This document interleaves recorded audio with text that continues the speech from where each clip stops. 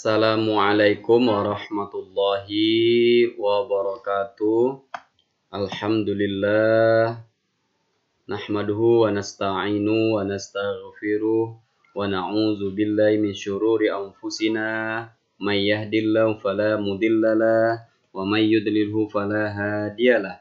Asyhadu an la ilaha illallah wahdahu la syarikalah wa asyhadu anna Muhammadan abduhu wa rasuluh. Allahumma salli ala sayyidina Muhammad wa ala ali sayyidina Muhammad. Rabbi shrah li sadri wa yassir li amri wa hlul 'uqdatam min lisani yafqahu qawli. Rabbi zidni ilman nafi'a warzuqni fahman wa amalan shalihan. Anak-anakku kelas 12 yang sangat Bapak cintai, hari ini kita kembali bertemu dalam pembelajaran pendidikan agama Islam dan budi pekerti di buku kalian pada bab 2. Di silabus yaitu pada KD 3.4. Tentang apa? Pelajaran hari ini sangat menarik tentang beriman kepada kodo dan kodar melahirkan semangat bekerja. Apakah hubungan kodo dan kodar dengan etos atau semangat bekerja? Nanti akan kita pelajari. Anak-anakku, apakah tujuan mempelajari bab ini? Tujuan yang pertama adalah akan tumbuh sikap optimis. Apa itu optimis? Pandangan yang baik, harapan yang baik terhadap segala hal. Lalu apa? Yang kita dapatkan ikhtiar, artinya berusaha. Meskipun sudah ada keputusan oleh Allah, Allah memutuskan tapi manusia berusaha. Dan tawakal sebagai implementasi dari beriman kepada kodo dan kodar. Menganalisis dan mengevaluasi makna iman kepada kodo dan kodar. Menyajikan kaitan antara beriman kepada kodo dan kodar Allah Subhanahu wa Ta'ala dengan sikap optimis, ikhtiar, dan tawakal. Anak-anakku, kita semua tahu dari TK kita sudah diajarkan tentang rukun iman itu ada 6. Yang pertama yang sampai yang terakhir adalah percaya kepada kodo dan kodar.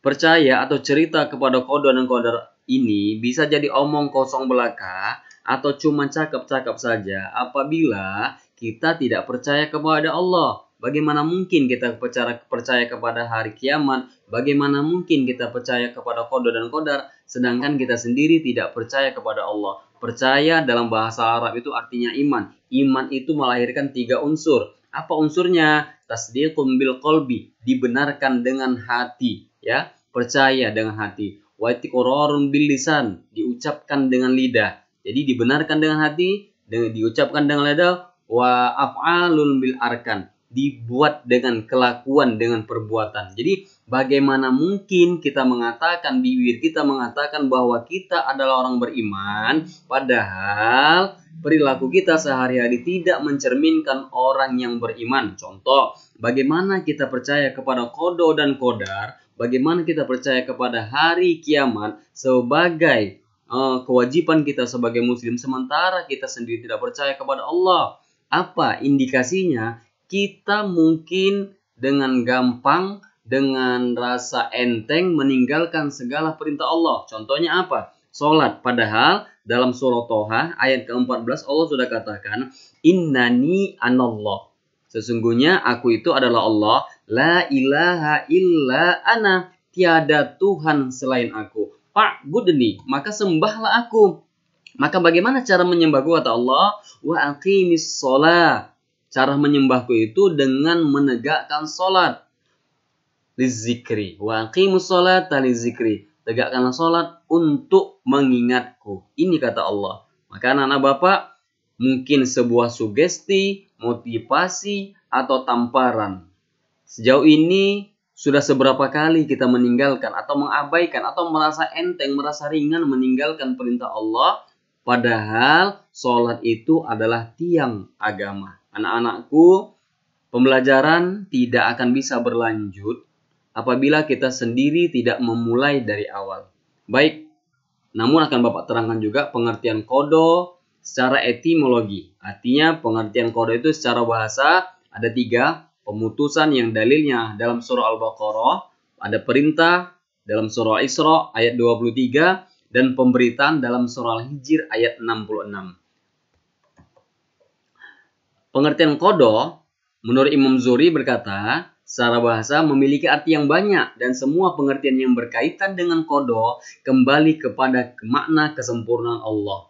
Qada secara terminologi, secara istilah, pengetahuan yang lampau yang telah ditetapkan oleh Allah pada zaman ajali. Zaman ajali itu kapan? Ya, sebelum adanya kita, sebelum ada dalam rahim ibu kita, Allah sudah menetapkan keputusannya tentang qada dan qadar kita itu sendiri. Pengertian qada, jadi dapat disimpulkan bahwa qada adalah kehendak Allah Subhanahu wa taala mengenai hal dan keadaan, kebaikan atau keburukan yang sesuai dengan apa yang diciptakan dan tidak akan berubah-ubah sampai terwujudnya kehendak Allah tersebut. Nah, qada secara etimologi, ya, secara istilah berasal dari kata qaddara yuqaddiru taqdiran yang berarti penentuan Allah. Dan dia menciptakan di bumi itu gunung-gunung yang kokoh di atasnya. Dia memberkahinya dan dia menentukan padanya qadar makanan-makanan dan 4 masa. Penjelasan itu sebagai jawaban bagi orang-orang yang bertanya. Qadar secara terminologi terjadi suatu ciptaan yang sesuai dengan penetapan. Jadi dapat disimpulkan, qadar adalah perwujudan kehendak Allah Subhanahu wa taala terhadap semua makhluknya dalam bentuk-bentuk dan batasan-batasan tertentu, baik mengenai zat-zatnya atau sifat-sifatnya. Nah, macam-macam takdir. Ada namanya takdir mubram. Apa itu takdir mubram?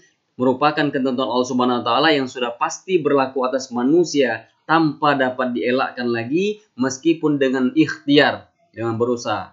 Ya, tiap-tiap umat mempunyai ajal. Apabila telah datang ajal mereka, maka mereka tidak dapat mengundurkan barang sesaat pun dan tidak pula mendahulunya. Ini contoh takdir mubram, seperti kematian, ya, jenis kelamin kita. Ini sudah Allah tentukan. Ada juga takdir mu'allaq.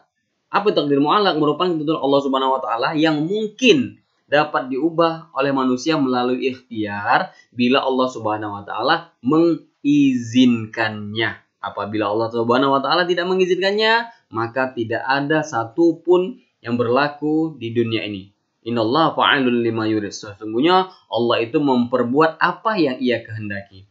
Ya, tidak akan mengubah suatu kaum. Di dalam Al-Qur'an dikatakan, innallaha la yughayyiru ma biqaumin hatta yughayyiru ma bi anfusihim. Allah tidak merubah satu kaum sampai kaum itu merubah sendiri. Ini memotivasi kita untuk bekerja keras, untuk belajar keras, untuk bekerja cerdas. Ya, baik anak-anak Bapak, kita yang punya cita-cita, umpamanya cita menjadi tentara atau polisi, maka kita punya kewajiban untuk berikhtiar, menjaga kondisi fisik kita, membekali diri kita dengan ilmu. Ini termasuk takdir mu'allaq.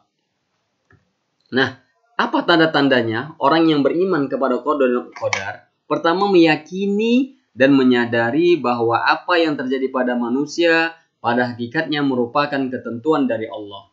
Menyadari bahwa manusia tidak tahu apa yang akan terjadi atau menimpa dirinya. Contoh, perilaku ikhtiar dan tawakal. Dalam surah Al-Imran sudah dikatakan ayat 47, nanti bisa kalian baca. Dalam surah Al-Ahzab juga ayat 38. Ya. Bapak lanjut aja. Ya. Sebagai seorang muslim yang beriman kepada takdir, qada dan qadar, kita harus melakukan ikhtiar, tawakal dan doa. Apa? Karena alasan sebagai berikut. Pertama, mempercayai qada dan qadar itu melahirkan 4 sifat. Yang pertama, optimis, adalah sifat orang yang memiliki harapan positif dalam menghadapi segala hal dan persoalan. Menganggap ini semua dari Allah. Meskipun kondisi yang kita terima adalah kondisi yang terburuk. Oke? Tawakal. Yang kedua, tawakal adalah berserah diri kepada Allah Subhanahu wa taala setelah berikhtiar semaksimal mungkin. Ikhtiar adalah usaha secara maksimal sesuai dengan potensi dan kemampuan yang diberikan Allah Subhanahu wa taala. Doa adalah permohonan kepada Allah Subhanahu wa taala. Kita wajib berdoa agar ikhtiar kita berhasil dan juga memohon kepada Allah agar kita dapat menerima segala takdirnya. Nah, untuk apa ini kita lakukan? Untuk apa kalau sudah Allah menentukan segala hal sesuatunya kepada kita, bahkan di dalam rahim Allah menyuruhkan malaikat untuk memberikan catatan kepada kita tentang 4 hal. rizki, ajal, amal, bahagia atau menderita. Lalu untuk apa kita bekerja? Kita tidak tahu keputusan Allah. Kita tidak tahu takdir kita, maka kita wajib berusaha. Ya, tawakal itulah kemampuan kita. Ada orang yang merasa bahwa apa yang ia usahakan itu adalah usaha dirinya. Tidak ada campur tangan Allah di situ, maka seperti ini, sikap seperti ini akan melahirkan sikap sombong sebagaimana Fir'aun. Seorang yang kaya, yang memiliki jabatan, sehingga karena memiliki jabatan tumbuh rasa kesombongan dan dia menyuruh masyarakatnya untuk menuhankan dirinya. Lalu apa yang terjadi dengan Fir'aun? Serta-merta Fir'aun binasa diazab Allah dengan terbenamnya dia ke Laut Merah. Artinya tidak ada yang kekal, maha memberi keputusan, maha menentukan adalah Allah Subhanahu wa ta'ala. Islam menghendaki umatnya untuk berusaha semaksimal mungkin, yaitu dengan cara sebagai berikut. Apa yang harus kita lakukan sebagai manifestasi untuk percaya kepada qada dan qadar? Menguasai bidang usaha yang dilaksanakannya. Berusaha dengan sungguh-sungguh. Melandasi usaha dengan niat ikhlas, berdoa kepada Allah agar memperoleh pertolongan.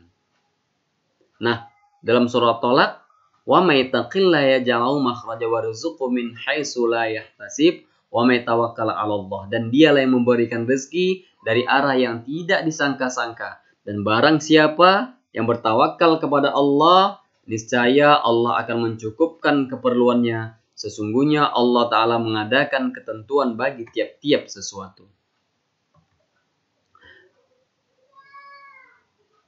Oke?